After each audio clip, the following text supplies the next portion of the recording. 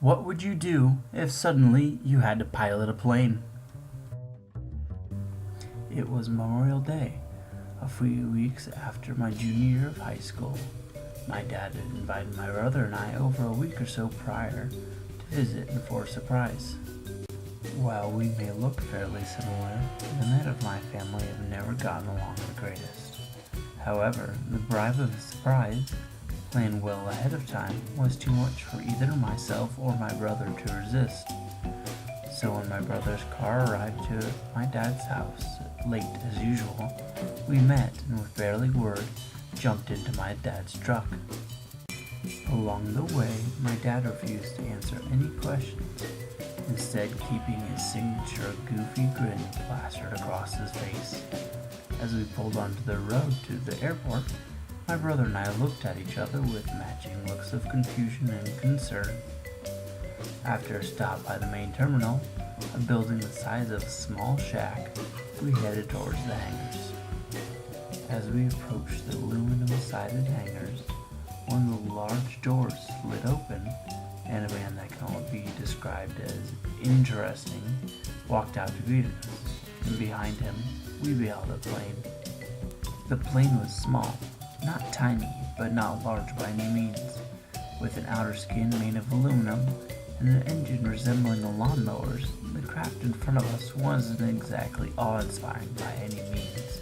With a handshake and a few words, the blocks fell into place. This was a surprise. After deciding who was first by a quick game of rock, paper, scissors, I approached this majestic craft for my ride. Following a quick introduction to the pilot and the controls, we strapped ourselves in, and I prepared myself.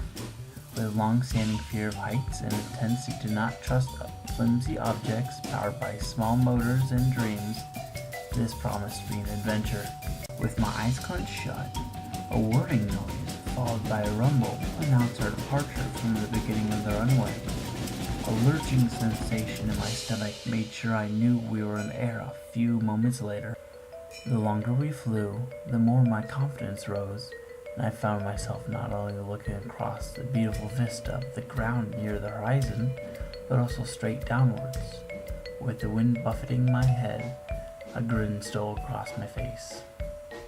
Soon enough, the pilot was describing everything in the cockpit and on the plane, not the least the controls.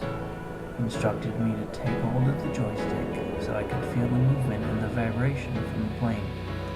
A moment later, a few simple, yet very frightening words stole over my headset. "Now it's your turn."